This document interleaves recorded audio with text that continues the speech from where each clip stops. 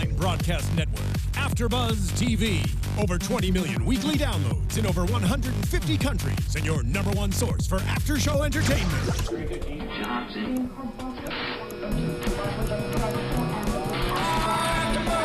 AfterBuzz TV, the destination for TV superfans. Producing after shows for over 300 of your favorite TV shows, interviewing celebrities and showrunners, and bringing you behind-the-scenes exclusives. All thanks to E! Entertainment's Maria Menounos, producer Kevin Undergaro, and internet leader Akamai. Now, let the buzz begin! Hey there, Agents of S.H.I.E.L.D. fans! Welcome to another edition of the Agents of S.H.I.E.L.D. After Show from AfterBuzz TV. How are we all feeling tonight? Ah, man, super confused.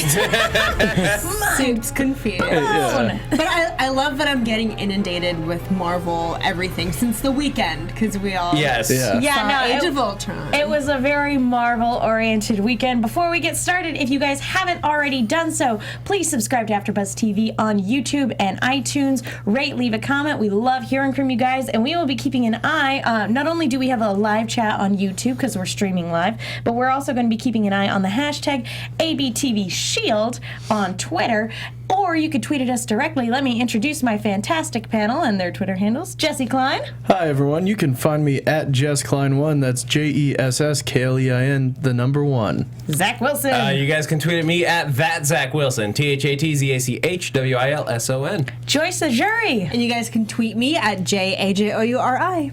And I'm Megan Salinas. You can tweet at me at the Menguin. That's TheMenguin. Okay, guys, we are going to go ahead and take a couple minutes here at the top of the show. It's just going to be really quick because we don't have time to go into a full review. But since the episode actually didn't really touch on it too much, but it takes place in the wake of Age of Ultron, we're going to take a couple minutes to just give our thoughts on the film. So, guys, Age of Ultron. That was a thing that happened. Wow. Yeah, I mean, it was so much fun. I had to see it twice, but I haven't even seen it the most times on this panel. I saw it 3 times this weekend. Yeah. It was, for me, I liked the first one more only because it was more self-contained. Mm-hmm. This one definitely felt like a chapter leading up to Phase 3. Yeah. And that is a plus and a minus, unfortunately. Like, it was kind of filler, dare I say. Empire Strikes Back is the best movie of the trilogy. The second one is... You can do a second one that can be the best. Yeah. Unfortunately, it's really hard. Back to the Future 2. See, I think... I think this one, I like this one better than Avengers 1. I thought Avengers 1 was a lot of fluff with very little content, and I thought this was a lot of content with a little bit of fluff. I.e., the Hulkbuster fight didn't really need to be there, but I mean, it needed to be there because we needed it for our hearts. Personally? Oh, go ahead. No, it's okay. Yeah. Continue. I was just going to say, I needed more James Spader.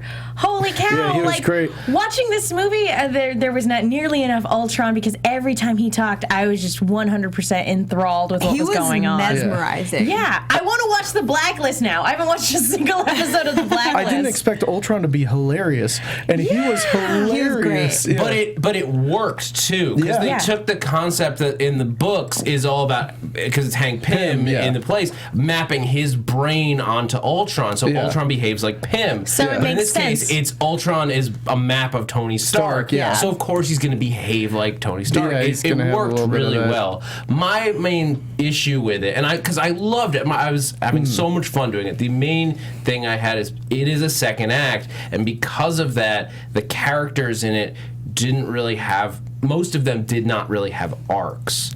Yeah. Black Widow had a little bit of an arc. Scarlet Witch had the biggest arc of any character. For sure. But everyone else sort of, at least as I saw it, started and sort of ended in more or less the same place. See, I emotionally. thought Tony had a huge arc throughout the entire thing. But also, we were talking about it before we watched tonight's episode, and I kind of agree with you when you were saying, like, it didn't feel like Tony Stark, for example, really ended or quit or seem like he did anything. So I do kind of feel like things were kind of left and frayed. At the end of the movie, not complete. At the end of the movie, he says, "I'm leaving, and I don't know where I'm going." Like, I wouldn't suspect that it would necessarily mean that he would be leaving. He wasn't hanging up as an Avenger. His armor. Yeah. So it didn't like feel like he was more like, I'm gonna go take a, like, it was, to me, it read more, I'm gonna take a vacation. Yeah, well, see, I think what it is it's setting up that this new Avengers team is going to get wrecked by Thanos. Spoilers, but not really. They've been setting them up forever. But that the new Avengers team is going to get wrecked by Thanos, and then they're going to have to call in Hulk and Tony and Thor, who've all left and hung up their Avenger capes. Yeah, I think they put Hulk on like a mystery plane because they didn't want him around for Civil War. Yeah, exactly. Because whoever it's convenient enough for him to be able to come back for something. Yeah, it's an open-ended thing. Again, I needed more Ultron. All in all, I thought this film was good. Not necessarily great, and if we had more time, I would go into it. But all in all, I still think Winter Soldier was the superior film. But this was fun. It definitely flawed, and we'll get to it when we get to the end of the show for news and gossip. It seemed like there was a lot of creative differences with this film, and I think that's where a lot of the problems stem from. Yeah. And that's where I build my opinion from, too. I mean, we talked about it before. I felt like it was a little choppy, and we will talk about that later. I did like the first Avengers movie much better than this one. I disagree. Point being, I thought the first Avengers movie was like a C, and I thought this was like a B+. Point being, we all enjoyed Age of Ultron to varying degrees, but we enjoyed it. It was a lot of fun. Issue I had, and will get us into this episode. Yeah, sure. Because it almost made this issue bigger for me, and it's a really dumb issue. No, go right ahead. With the reveal that Theta Protocol is the helicarrier. Why were none of our Agents of S.H.I.E.L.D. characters in Ultron? Other than, I don't include Maria Hill in that because I consider her a movie character who has been lent to the show. Yeah, because TV actors are different than movie actors. But how hard would it be to have one person, to have Bobby or Hunter? Definitely not Coulson. Anyone but Coulson. I get, and Joss Whedon said he didn't want Coulson even mentioned in the movie, and that totally makes sense. We talked about that last week. Yeah. But how hard would it be to have one of them on the bridge, running it, or just Bobby just shepherding people onto the lifeboats. I guess the idea was that everybody who was on Coulson's team was left in the dark when it came to Theta Protocol. Yeah. But any little tidbit would have been great because it was so great to watch last week's Agents of S.H.I.E.L.D. and then watch the beginning of this movie because it flowed almost seamlessly. Yeah. And then to just have the rest of the movie pretend like S.H.I.E.L.D., the TV show, didn't matter. That 1 to 2 Patton Oswalts could have been on that helicarrier. That would have been fantastic. With that, we've almost talked about it for 10 minutes now. Let's move on to the actual episode. Let's talk about Patton Oswalt. We've been wondering where he's been, and it turned out this was a flashback. This opening scene was a flashback, so we still don't know where Billy and Sam are at the moment. And they have a sister. Yeah, they're a mysterious twin sister, probably. What?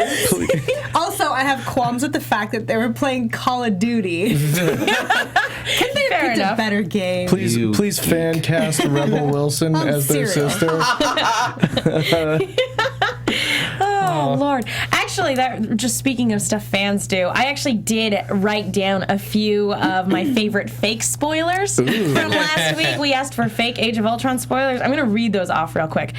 Jason wrote, Black Widow picks up Thor's hammer. That actually happened in the comics once. JQuill116, I was not expecting for Ultron to kill Dumbledore like that. That may be my favorite. J Mo, Grant turns into the Michael Bay Super Shredder. Sure. That I would watch that. And then at NARQ89, Ultron wins, Phase 3 canceled. Nice. Great. And that is the only other Marvel movie you get I like forever. that one. Yeah. I like that one a lot. Okay, moving on. Sorry, I just had to share that. Yeah, sure. But yeah, Patton Oswalt, the more episodes he can be in, the better. His character's so fun. He's at Star Wars sheets, he's picking all these robot themed things. The song was robot themed. Great. Yeah. And his different colored badges and lanyards. Oh, they're so funny. It makes, as great as it is to see him, though, it just makes me go, where are you? Why aren't you in the show on a consistent basis? Yeah. He's busy being on Veep and a million other things. I know. S.H.I.E.L.D. But is we more want him important. here. He's in deep cover. S.H.I.E.L.D. needs to save the world. All right, but now that we do know that Theta Protocol was the helicarrier, and we seem to have a reunited S.H.I.E.L.D. in the wake of everything that went on in Sokovia, S.H.I.E.L.D. as it was, real S.H.I.E.L.D. and actual real S.H.I.E.L.D. have now come back together. And I think it's interesting that they have, and that Coulson is willing to acquiesce to what the group wants now. That, to me, is confusing, given how the last episode ended. Because, he and Maria Hill were scoffing at the idea of putting things to a vote. Well, I think later on, Coulson kind of lays it out where it's, if he was to just take over as director, then there would not be a peaceful joining of the two S.H.I.E.L.D.s. And if S.H.I.E.L.D. remains divided like this, then the enemies of S.H.I.E.L.D. will win. So he finds kind of a happy medium, a compromise for them, where he is the director, but he still will respond to the group that they have, this council or whatever, that he'll still put things to vote and stuff like that. And he's big enough to understand that this is how Gonzalez will operate. This is how he'll get Gonzalez to comply with him, or let him have the freedom that he wants, or some of the freedom to sort of run things As he said, how great a helicarrier and an underground base. Yeah, that's true. That's pretty sweet. Yeah. And it's fair. It makes sense. He even compares himself to Nick Fury. Nick Fury did not have unilateral control. Yeah. Although he was doing plenty of stuff Yeah, himself. clandestinely. But yeah, that's true. Even Fury had a board of directors to kind of lean on and counsel him and occasionally bully him. And but the thing is, I think they need to, basically what they're going to have to, work out at a future date, because it's real complicated. It's all that little fine print. The council doesn't get insight into every piece. You can't have that for a spy agency. Again, this has been the big issue with the people have problems with the secrecy within a spy agency. No, the director needs to have certain things on secret lockdown, because you don't want the world to know about the helicarrier being hidden away. You needed that back pocket Theta Protocol, because exactly why we just saw that you needed it. You needed it secretive and quiet for just the right moment. Why can't they just understand? Well, what's interesting, too, is that Nick Fury himself isn't taking control of S.H.I.E.L.D. again. He's still left it to Coulson's discretion.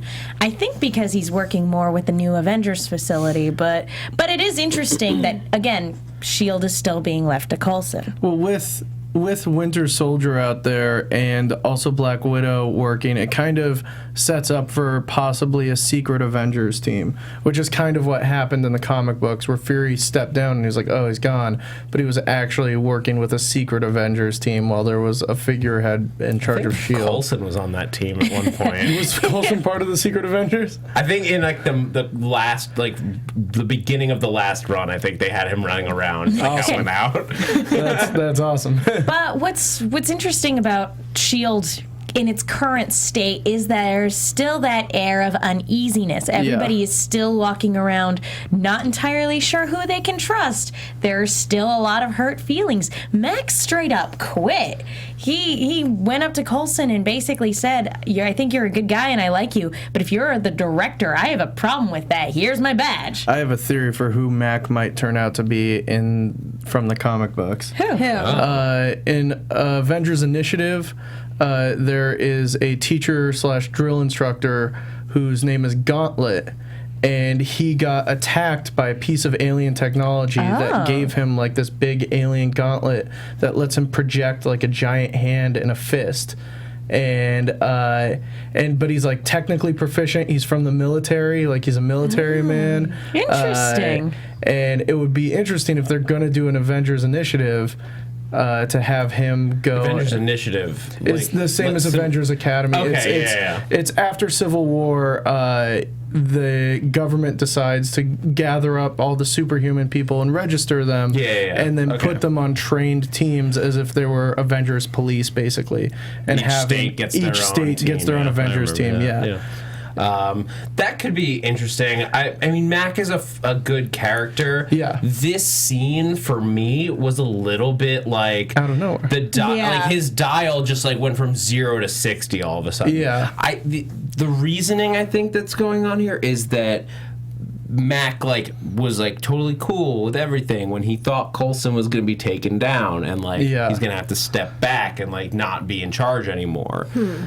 But he is being supervised now, so you'd think that he'd be a little bit more all right with everything, especially since a lot of his friends are still there, including... I was going to say, if you would think that Bobby or May would be enough to convince him to sort of just stick around. Or Hunter, exactly. Are on good terms they just sort of mended their friendship. So, what would really compel him to just get up and go? Plus, Mac is saying, I had an alien technology infused in me, and I saw what it could do. Maybe you shouldn't have been doing anything after that point if you think that that's going to be a problem. It seems a little hypocritical. Yeah. That's why I think he might be Gauntlet, because he has this trouble with alien technology. I love Gauntlets. Yeah. It's a cool name. You're going to have to give him a new name, because with Infinity coming up, it's going to get real confusing. Yeah, for sure. Because Quake will have gauntlets. He'll be Gauntlet. They'll just call him Armored Glove. Will be wearing a gauntlet. It's just confusing. Just shorten it to Glove. A Glove. Hello, my name is Glove. Anywho, that could go very wrong. Mittens, the enemy of all mankind. It sounds like a kitten name. Anyway, no, you keep those away.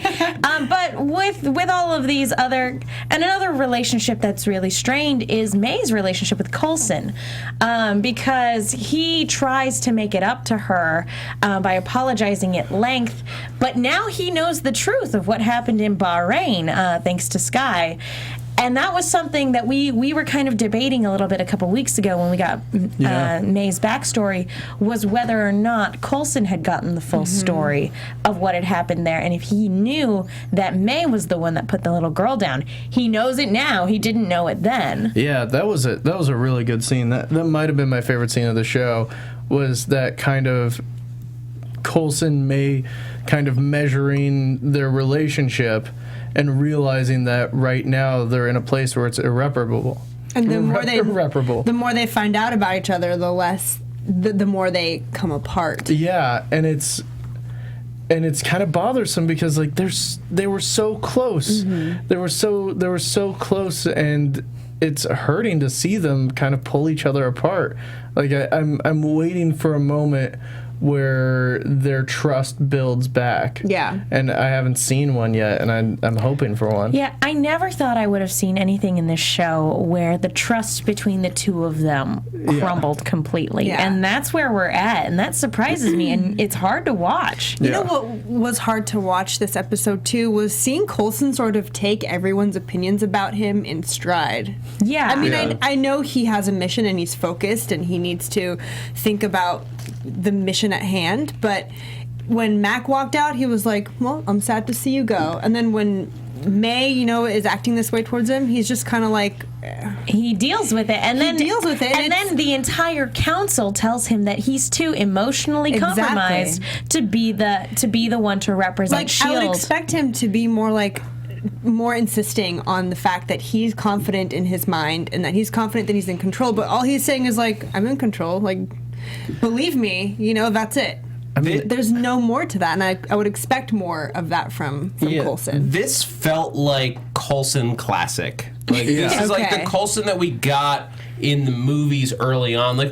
His character sort of evolved a little bit. It wasn't unnatural. It fit with his journey. Yeah. But this feels like that, very confident in everything that he does. Unapologetic. A little aloof.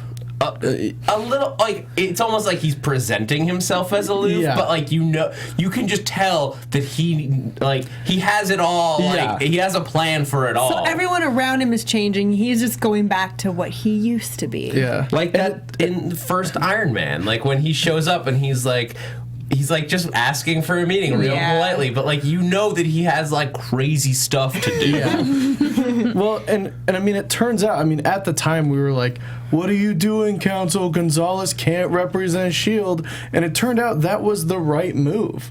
Like, I mean, it turned out that he represented S.H.I.E.L.D. the exact way we wanted him to, and that ended up completely. And if going Coulson, the opposite way, if Coulson had gone, then Chi-Ying would have killed Coulson. Like, although that actually is debatable because he has the GH 325. Yeah. He wouldn't have been disintegrated by the crystal. That's purely speculation, but she tried to kill. She would have tried to kill him. Yeah. That is the long and short. She did kill Gonzalez. Well, she would have done the same thing. Would she have tried to kill Coulson because Sky's the one that told her that Coulson was like her family. So would she do that to Sky? I think she. I think that was still the plan. We saw her getting the blue Terrigen or Terrigen crystal as a just in case. Like I think that was the plan from the beginning. Yeah. Yeah. Interesting. She was getting ready to kill him. Whether the GH formula would have protected him is up in the air. Yeah, that's up for debate. It's possible he would have been spared, but it still would have been an attempt on his life. And we actually have a comment on Twitter from Charlie Barajas. Who would have thought that Racist Simmons and Reno would be right in the same episode? Yeah, I know. And they were. Yeah.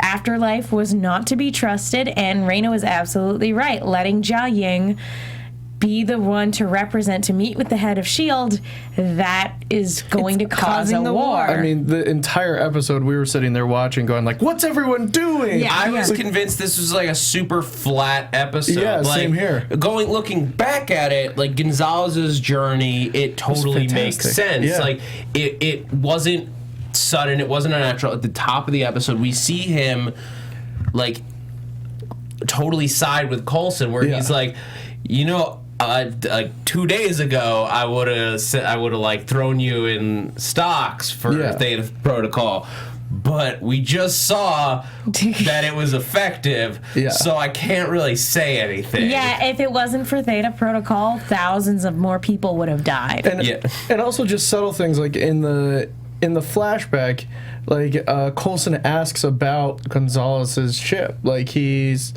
worried about, like we don't know if before we didn't know if Coulson was just kind of giving lip service to being like, I searched for you the entire time after we couldn't find you, and like we find out that Coulson did care about where these people were, and like so again, it's like, oh, that's right. Like, even though they kind of hate each other, they're both S.H.I.E.L.D. agents. Yeah, no. And like, unless they respect each other. Unless you're a Hydra agent, then S.H.I.E.L.D. is like very close and like will do what they need to do in order to work together. And I think Gonzalez also saw that like Coulson in that meeting, like he was like, this is a level-headed person. Yeah. This is a person who is he really is doing everything he can to make this better. Like, I want one shield. I can have oversight. Like, that's cool. That's totally fine, So he's the only one out of all of them who really thought Coulson had it together. Yeah. Or, as David Stryker put it, vintage Coulson. Vintage Coulson. Which is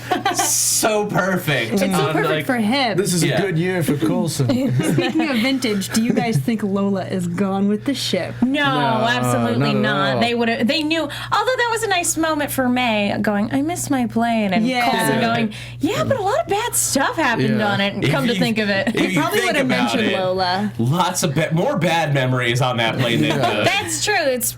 I mean, it's sad to see the bus go. R.I.P. bus, but maybe they can get a new bus and create new, better memories. Ones that don't involve Nazis. We did see Fitz playing with the little mini toy Lola on his desk. And that is a plus side. do want to bring up really quick before we go into iTunes, but I do want to bring up really quick that Fitz and Simmons. It was so nice to see. They were a very small part of this week's episode, but I feel so much better about where their relationship is and where their relationship is with everybody else on their team. It feels like it's almost back together. Fitz and Simmons' exposition is the most adorable exposition. Like it's just They do it so well. Like it's just like little them. hula girl. It's just like them summing up what's happening in the episode so that everyone can stay caught up. Yeah. But it's still like adorable little jokes to each other. And they're super in sync. They're you're right, Megan. They're back. They're back to normal. Except we do see that Simmons is like, I did try and kill. Yeah, she would do it again if she could. And that's good. That's good given where we are at the end of this apparently. episode. As we see what happens at the end of this episode, it might have been it might have been nice if she. So now killed Gemma's gonna feel like she should take the blame for what's happening to Bobby, Bobby right now. Absolutely. She Yeah. says that it's actually excellent foreshadowing. She goes, the next horrible thing he does is on me. Yeah. Because she failed to kill him, which, wow. That, again, great setup and great execution. Which could totally bring her and Fitz's relationship sort of backwards if she falls into this sort of pit of despair, I guess, or be revengeful. I don't know. Well, we've still got a ton to talk about. We'll talk about Ward and Grant Ward and 33 and all those other guys and Raina and Gordo. But first, I want to talk to you guys really quickly about iTunes. Folks, thank you so much for everybody who's gone to iTunes to rate and leave a comment. It lets the people who run AfterBuzz know that you love the Agents of S.H.I.E.L.D. podcast. And guess what, people? We, as of today, have 403 ratings. What? We made it to over 400, which means next week for the season finale, we will be coming in cosplay. Oh, God. We don't have costumes prepared, which so we are open to suggestions if you guys have any suggestions as to Can what we just you think. Disney bound as Marvel characters? You know what? Her universe has a line. Maybe I'll go buy myself one of There those you go. Captain America dresses. I'll do it if you do it. Just get a mask for this hoodie. I want to do a couple shout outs real quick on iTunes. So jealous of that Awesome hoodie. podcast from Pollard N. Favorite podcast from Papa Glock. Amazing, knowledgeable panel by Crimson Warlock. Love it from Random Letters HDHSHS. Agents of Cosplay by Roaring Roads, who says, love the podcast and love this show. Loving the show by LV Fortuna. Love you so much by MegaKid0202. Great show and a wealth of Marvel knowledge by Level 7 Llama. That's a great one. Amazing show by Jillybean729. And then I have to scroll all the way back up because iTunes on the mobile app is really weird. Sure. While you're scrolling, I'd just like to say, like all of the YouTube and iTunes comments, like hearing like the people around the world who are listening to our show is fantastic. We got contacted by a guy from Egypt, someone from Germany. I know we have a lot of Canadian fans, Brazil, fans in Great Britain and Brazil. We got fans in Wakanda. Yeah, we got fans in Wakanda. We've got fans in the Savage Land. Sokovia? They're in Sokovia having a little trouble streaming live right now. I hear Something Wi-Fi about is fictional down. Wi-Fi? But like, it's so cool to hear like all of our international audience. I know we have someone from Japan too. Like that's so cool to hear. So if you're an international person, shout us out. We love hearing from you guys, and it blows my mind the fact that AfterBuzz has such a worldwide audience, and that you guys enjoy watching this show because we're just four nerds who like to sit around talking about TV shows.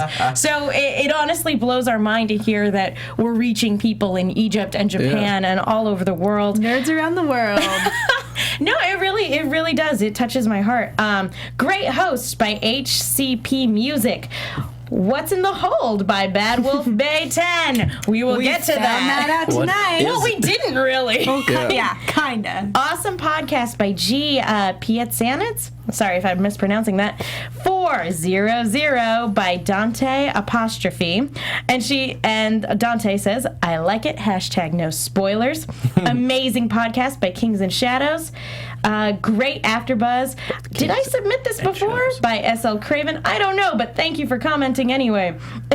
Great show by HBK Extreme. Best podcast by Raina the Hedgehog. My favorite after show by Macarena. Nice. Greatest review of the show I've ever seen by Coolio3929273272. I love this podcast by, wow, we have so many comments this week, by Crimson32. One of my favorite casts to listen to by KJ Ellis 213. Love the show by Paul Rawl 45. Great show by The Letter T. Best podcast ever by Cup Matt 27. Let's be perfectly clear, and then they go into a great thing, which thank you, J-I-H-I no Kokoro. Speaking of our Japanese friends, show of Gleek Friends by Battle Girl Deb. Fun show by Bramton 1. Great episodes by Princess Heather 2. Great show as always, made my day by Kitten Cole 25. Great review by Orlando Williams. Great show. Just his name. I know. By Mark Lessie. Awesome. Great. Awesome show by J Fred 90. Love this panel by Hey Mundy. Hey, Mundy. Thank you so much, guys. That's it. Wow. Thank you. I am blown away. And guys, and for in the next chat roll, I just want to give some shout outs in the chat because we thought we were international before. Yeah. We've got Nurul from Malaysia. What? Omar from South America. Oh my goodness. Claudia from Australia is listening in. Born Guy from Canada. Adriana from Brazil. Omar from Peru. I don't know if I said that one already. Oslo from Latveria, apparently. Oh my goodness. I am afraid of you, Oslo. Please be nice to me. Are you a Doombot? You guys are amazing. Are you a Doombot listening to our show?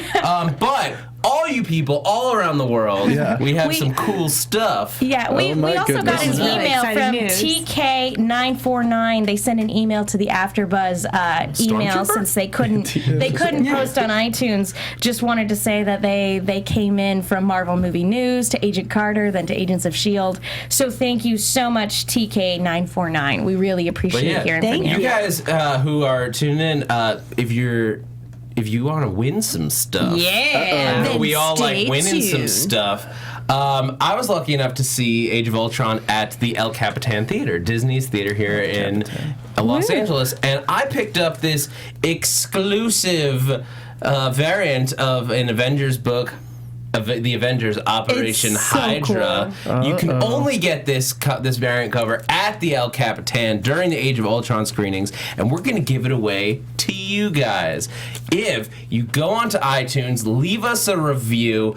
In your review, we want you to fan cast the four of us into the MCU. I want to know what ridiculous roles you think that Joyce, me, Jesse, and Megan would fill in the MCU. Oh, Lord. And we will pick out our favorite. But wait, there's more. There's more. Because I also got this fantastic little toy. It is Adorbs Ultron. He's so cute. It is the cutest, deadly Ultron you will ever see. He's making the cutest little smiley face. There are no strings on him. He's just none. Adorbs. It's just a little vinyl, Funko toy. And we're going to give it away to someone in the live chat next week. So make sure that go on to youtube.com/AfterBuzzTV. We'll be here recapping live, and we'll throw out a trivia question or something along those lines during the broadcast. So brush up on your Agents of S.H.I.E.L.D. history, guys. Start it now. And pop quiz. Then someone in the chat roll. You should be. You'll need to give us your Twitter handle because that's the best way for us to get in touch with you. So same with the comic book contest. Yes. Please include your Twitter handle in the iTunes review that you leave. And you'll have to be following all four of us on Twitter. AfterBuzz TV. And AfterBuzz TV. And we will check. Don't think we won't because we do our homework. I won't check. But guys, thank you again so much. We would not be here if it weren't for you guys and your support. So thank you so much. We don't get paid to be here. We just love talking about the show. So we love talking with you guys as well. Thank you so much. All right, let's talk about what do you guys want to talk about first? Do you want to talk about Raina or do you want to talk about Ward? I mean, we should probably get into Raina. What's under the... Let's talk about what's in the so Raina. Let's do that, Raina. that crazy liquid Terminator obelisk thing. I thought it could be like a weird symbiote like technology. Yeah, this is the anyone who's looking for like comic book insight knowledge. Jesse and I looked at each other during this broadcast. I have no idea we what have this is. no And idea what this is. I just went, I don't know. I don't have any idea what that thing is. I love Cosmic Marvel, and I've read a lot of Cosmic Marvel books, so I know a lot about Kree and Kree technology, and I can't place that thing. Looks like at all. it's an original weapon. One person was saying, and I apologize, I lost your note, that maybe there's an Infinity Stone in it that would maybe make it like an anti. I'm adding to you this at this point. Yeah. If it's an Infinity Stone, what if it functions to reverse the Terrigen? Okay. mist? Like it acts because Like that's it's the a thing. key. It's a keyhole where all the obelisks. Well, go. whatever it is, the people at Afterlife are worried that it has the potential to wipe out their way of life. So Yeah. it's entirely possible that it is something to neutralize the effects of the Terrigen mist. Yeah. That would make sense. Why it turns into liquid and then reforms in different shapes, I don't know. Just to terrify us? I think that might be it, just to the terrify little us? inserts do switch after Yeah, they it collapses do. and comes back. I don't does that know. mean? It looks like something. I was like, is it Braille? Could it be a message? Like, that was the scariest moment Like, in yeah, on the no, show. I was like, I think when it turned to liquid, we were all like, "What?" My brain jumped to Graviton because it just had a similar look to the design Yeah. of the Gravitonian. That's but what I like, thought, too. but this is a Kree artifact. Yeah. So it's been on Earth. It's been buried for years. I have no idea. I have no S.H.I.E.L.D. earthly found- idea. it just reminded what me of it that is. moment in The Shining with the liquid going elevator, through. yeah. This is No, like, ugh. For me, it looks like this is something where you would stick your head through a Stargate, and that would be something that's staring at you. I don't like whatever this thing at all. I Whatever don't it like it. is, I think its function is to somehow either negate everything that is the Inhumans, so like to take away all their powers, or to simply just kill them all. Yeah. Does it absorb? Would it absorb their powers? You think, and just kind of store them? And the only way they can release it is if they have like all the obelisks. I don't know. It's also I just don't know. entirely It possible could that just be a this thing bomb. could wipe out, could kill Inhumans. Yeah. But That's also possible. It's like the Terrigen mist. Well, in this is the difference between, I guess, the show and the books. world, In yes. the comics, the Terrigen mist doesn't kill humans. It No. just goes by them, and they're like, "That was a weird green mist." Yeah. And then it cocoons and it growth spurts and powers in the Inhumans. I wonder if it would function similarly, where it just spreads across the globe once activated, and just wipes them out. out. Yeah, anyone of inhuman ancestry just dies on the spot. That would make sense considering it was something that was sent by the Kree, and when they start talking about it, they're talking about how the Kree turned on them and wanted to kill them. So that would make sense. But sorry. Or go ahead. possibly the opposite, where at the end of before we get into Inhumans, it sweeps over the world, and I think that one way they would say that it would end their way of life is if it turned all of the Inhumans and activated their powers all at the exact same time. 'Cause that would, anybody being chosen. yeah, and that would going end through their the process. secrecy and end all of this work that they've done to kind of control their powers. If it just swept across the world in one move, then And change the life of a teenager in New Jersey forever. yeah, exactly. And get some teenager in New Jersey with stretchy powers. All right. Anyway, we need to move on. We're running low on Yeah. We're running low on time. Let's talk about Raina and Gordo. Good old Gordo, because we see Raina throughout this episode looking like she's up to her old tricks, like she's being very manipulative. And even halfway through the episode, we're like, "Don't listen to her, Gordon. She's manipulating you. Like this is so transparent," is the way that Cal put it. Yeah. And maybe it's true. Maybe part of what she's doing is 100% selfish, and very self-absorbed. But on the other hand, she was right. Yeah. Well, this is one of those things where it was like the entire episode I was like, this is kind of like easy writing. Like, it's just like, oh, what a setup for a betrayal. And then when it turns out that they're not believing in what Raina's saying, and it feels like a win, but it is a false win for us, because then we find out that Jiaying actually wants to go to war, and we're like, oh my God, our win wasn't a real win, it was a loss. Because because we're all like, Raina's been there for 5 minutes, and like, Gordo, you can't trust her. Exactly. It doesn't. But at the end of it, like, basically, Raina is seeing that she was being honest. She saw the only reason that we didn't trust her was because she basically presented something terrible, something true, and then like looked at it and was like, okay, this is going to be real bad. How can I also make this beneficial for me at the same time? So it's not fully evil. It's just it's as Cal puts it, it's selfish. She selfish. has delusions of grandeur. Yeah, it's true. But I think Gordon not necessarily trusted her, but wanted to believe her. I mean, he was the first person to realize her power. He kind of, was the person to talk to her and sort of mentor her in a way and be like, look, you are beautiful. He's sort of trying to build her up and make her believe that she isn't the monster that she thinks she is. So he was has her that counselor, attachment. Exactly. So I would understand why he would want to stand by her side and believe her and trust her. It's a personal visions. failure for him if she is manipulating them. And then it turns out that Jiaying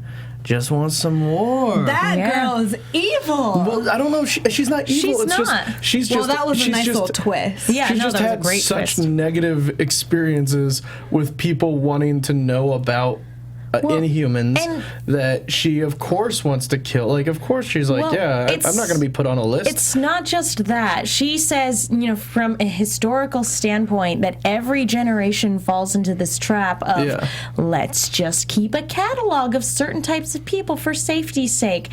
And guess what? That's a really messed up thing to do. And she is 100% right. We here in America have a history of doing that because we were jerks and stuff. I mean, it's a tricky situation. I mean, they're getting to the bones of like what has always been the issue in especially like the X-Men universe and what's in there. Fear. And now in the MCU, the Inhumans.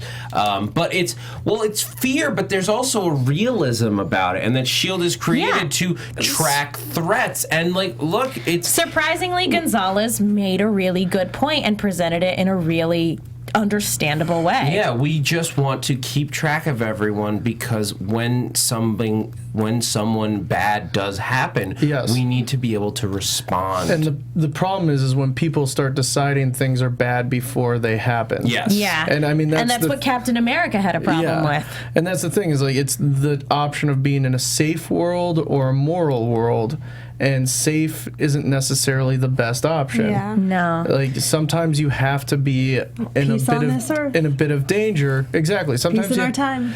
Sometimes you have to be in a bit of danger in order to do the right thing. Yeah. Nice. Peace in my time. And that's the thing is like S.H.I.E.L.D's down one of their best agents. Is because Bobby is out of the picture. She's swept off the chessboard. Yeah, bizarre. And this was a great setup too, because early on we see Kara getting moved away. After being told that there's some gaps in her memory, but that her mind is now her own. She's being locked away regardless of this fact. And it turns out that was probably a good decision because it turns out she was still working with Ward. Yeah. He didn't abandon her. It was all part of their plan to give her closure. And I think what we can take from this is that Bobby was one of the people responsible for turning her over to Hydra in the first place or at as least part of her cover. Programming. Like was in the room while she was being programmed. Yeah, she made didn't do anything. in the room. Yeah, pretended to be her friend and to be comforting. Just to see if she remembered. And I'll be honest, if there was a scene together with the two of them, I don't remember it because it was a while back. But that definitely Kara now has a bone to pick with Bobby. And they did a really good job setting this up because you think that May and Bobby are on the plane together, and then you see May on the other plane escorting everybody else to Afterlife, and we're like, wait a minute, how is that? And then it only sinks in a little too late, going, oh, okay, that's what they did. I see what you did there, show. That was the only like twist that I picked up on the entire thing. I thought there was something weird about maybe, and like, Coulson wants us to go ahead early and scout it out. I was like, no one else is going with you too? All right, fine. Seems you suspicious. are the best fighters. I guess it's fine, but like, all right, that's weird. And then it was weird because then Bobby got iced in the head like 4 times. Yeah, freaking Ward. In a row. Yeah. I mean, as soon as we heard the shot, I'm like, icer to the face. Why does everyone shoot icers into people's faces? Just in the hand. Just and what was terrible, too, was initially it said gunshot in the subtitles, which, it didn't take long before we realized it was an icer, but with those subtitles reading gunshot, we were like, what? I was like, you can't kill Mockingbird. Exactly. But kill Mockingbird. Spin-off starts, Hunter bringing her back to normal. But go ahead. Oh, well, no. I was just going to say, but now with her in their custody, it looks like they're planning on torturing her much like they did Bakshi, and that is going to be Kara's closure with her whole ordeal of getting, brainwashed by Hydra. That's my guess. Somebody in the chat, again, I don't have your name, was saying, like, this is going to screw up the spin-off, and, like, how can you have a spin-off when she's, like, going to be tortured and everything? The spin-off is going to be, for anybody who's not sure, first of all, they haven't officially confirmed that it's a Mockingbird Hunter spin-off. Yeah, just that they're going to be in it. If it is, it's going to be mid-season, much the way Agent Carter functioned this year, where we'll have Agents of S.H.I.E.L.D. lead up to the winter break, and then it's filled in that same time slot with whatever that spin-off would be, and then we come back into Agents of S.H.I.E.L.D. afterwards.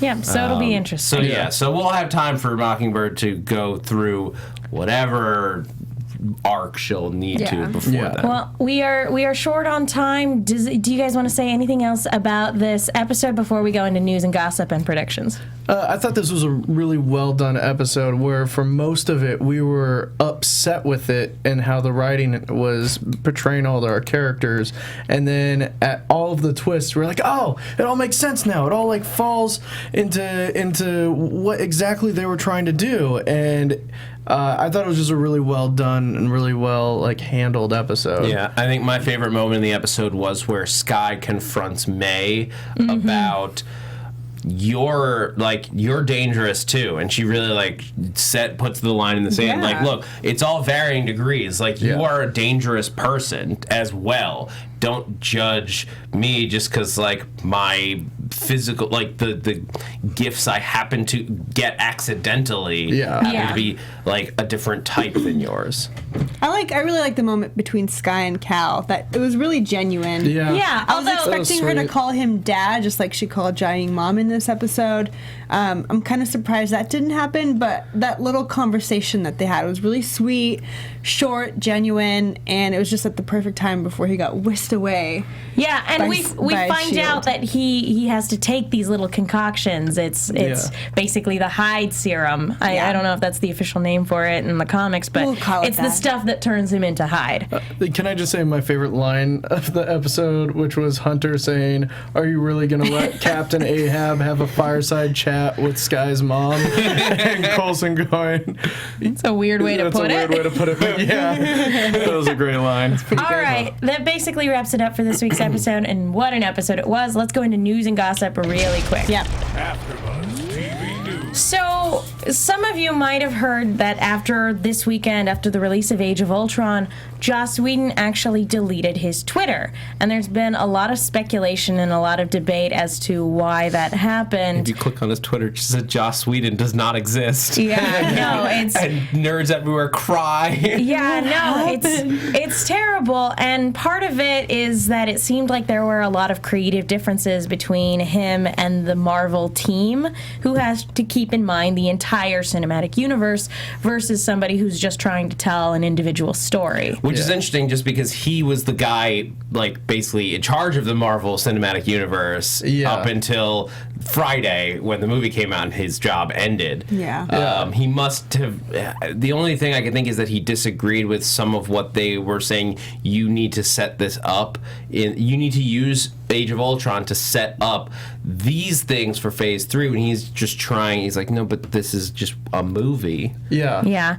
And I think a lot of part of the other bit of speculation about why was that there was a lot of fan backlash about the movie, and a lot of people putting the Marvel faux pas of leaving Black Widow out of merchandising. I think a lot of people were putting that on him as well, even though he had nothing to do with that. So bizarre. Joss Whedon does not have time to deal with merchandise. That's so bizarre. Speaking he doesn't even of have control over the trailers. Merchandising, where the real money from the movie is made. Speaking of, by the way, Clark Gregg earlier this week also tweeted out the hashtag Where's Natasha and tweeted out the petition to get her in more. So good job, Clark Gregg. Way to be. Not just in more. She's been in. I think she's had more screen time than almost any other Avenger. And like, they when you still look don't at it acknowledge as an that art. she exists. But no, she needs her own story. She needs her own movie. Why is We have Cap, we have Hulk, we have Thor, we have Iron Man. Scarlett Johansson is a massively bankable star. You don't think you can do you don't think a spy thriller with Scarlett Johansson as your lead? If she wants James to do Bond that. is, as we know, spies are not very marketable. No one's ever seen a James Bond movie. You're right. It's a franchise that can't get off the ground. You can't watch a spy movie. Well, guys, I think that does it for news and gossip, unless you guys have any other things to bring up. I just wanted to say today I saw Brett Dalton post a photo on Instagram of the crew on the ship one last time, on the Airbus one last time, and it was very reminiscent to me of like Firefly and seeing them on their ship. It was so nice. I was like, that'll never happen again, maybe. But might be it's really too. sweet. So. Here's hoping. All right, let's go into predictions really quick because we should have wrapped 5 minutes ago. AfterBuzz TV predictions. Okay, so War is coming. We've got a 2-hour season finale next week. Where are we all going to be at? How many things are going to explode? And how many people are we going to say goodbye to? Oh my God! It's S.H.I.E.L.D. versus Inhumans. 2 hour. We're getting Civil War before Civil War ever happens. So I called that Jaying was going to die. I did not see this happening. But I also called that Jaying and Sky's relationship is going to tarnish. I don't think it might not happen this season. But no, I think it's going to happen next week. You think so? Because it seems like Sky is siding with everyone at Afterlife. I think as soon as she finds out the truth, that's when she's going to be like, ooh, I made a terrible mistake. And that's where it'll end. I think Sky's going to take down May. We saw a little bit of that in the preview. I think she's going to take down the S.H.I.E.L.D. team. Like, Quake is a dangerous person. Especially the elevated version of her powers that this show has given her. So I have to think that she's gonna be just taking apart S.H.I.E.L.D. and then, but by the end, find out what happened and just wreck Afterlife. Like, that place that's my main prediction. Afterlife will not be standing. The entire mountain will be gone by the end of the season. It will be a crater. Well, who in S.H.I.E.L.D. do you think will die in this whole process? I think we'll have at least one major death. I wonder if Mac will decide to come back briefly for this just to help out and just be the next to go. I don't think so. I would hope not. I would hope that they would not do that. Certainly hope not. Okay. But stop killing off your black characters, Marvel. Exactly. But no, I think that for sure we're. At least on the Bobby side of things, I think she's going to escape from Ward in 33. I don't think it's going to be pretty. I think it's going to be gritty, but I think she will ultimately escape. Great.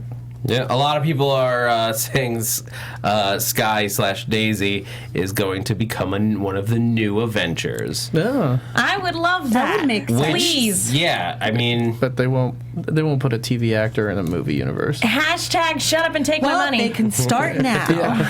Well, I mean, eventually Daredevil and all of those guys are going to get incorporated into Infinity War. Maybe we'll see Quake. They're gonna show up. Yeah. Let's be clear. Oh, yeah, before they get wiped out by They're gonna Thanos, be like, probably. hey, there's Luke Cage over there. Yeah. He's like, hey guys. And they'll be like, hey, down there, we're flying off to save the day. It'll be like when we first saw Vision in the movie poster for Age of Ultron. It's like, is it? And then it'll just like go away. All right, guys, that does it for this week. Thank you guys so much for tuning in. Jesse Klein, where can the people find you? Yeah, you can find me at JessKlein1. Also, if you go onto funnyordie.com and you look up testtube/DJ Fawcett, me and Matt Lieberman have a entire 15-minute pilot that you can watch online. It's just funny sketches with our show, with our team called DJ Fawcett. You can go find it. Cool. Yeah. Awesome. You guys can find me on Twitter at @ThatZachWilson, ThatZachWilson, and also here tomorrow night with Jesse Klein. Oh, yeah. And for the Daredevil panel, we'll be talking about episodes 7 and 8. Yeah. Cool. You guys can find me on Twitter and Instagram at JAJOURI. And to see me do some hosting stuff, go to youtube.com/MakerGen. Awesome. And I'm Megan. You can follow me on Twitter at @TheMenguin. That's TheMenguin. I'm also on a bunch of shows here at AfterBuzz, including Orphan Black and Turn, all that fun stuff. And I've also started writing articles for the movie Chick with 2 Ks. Be sure to check those out. Guys, thank you so much for tuning in. Thank you so much to everybody who participated in the hashtag on Twitter and in the live chat on YouTube. Please do not forget about the contest for the comic book next weekend and our live chat contest next week for this adorable little Ultron. He's so cute. You can win it. You can. Thank you guys so much for tuning in. We will see you all next week. Bye. From executive producers Maria Menounos, Kevin Undergaro, Phil Svitek, and the entire AfterBuzz TV staff, we would like to thank you for listening to the AfterBuzz TV network. To watch or listen to other after shows and post comments or questions, be sure to visit AfterBuzzTV.com. I'm Sir Richard Wentworth, and this has been a presentation of AfterBuzz TV. See you later. The views expressed herein are those of the hosts only and do not necessarily reflect the views of AfterBuzz TV or its owners or principals.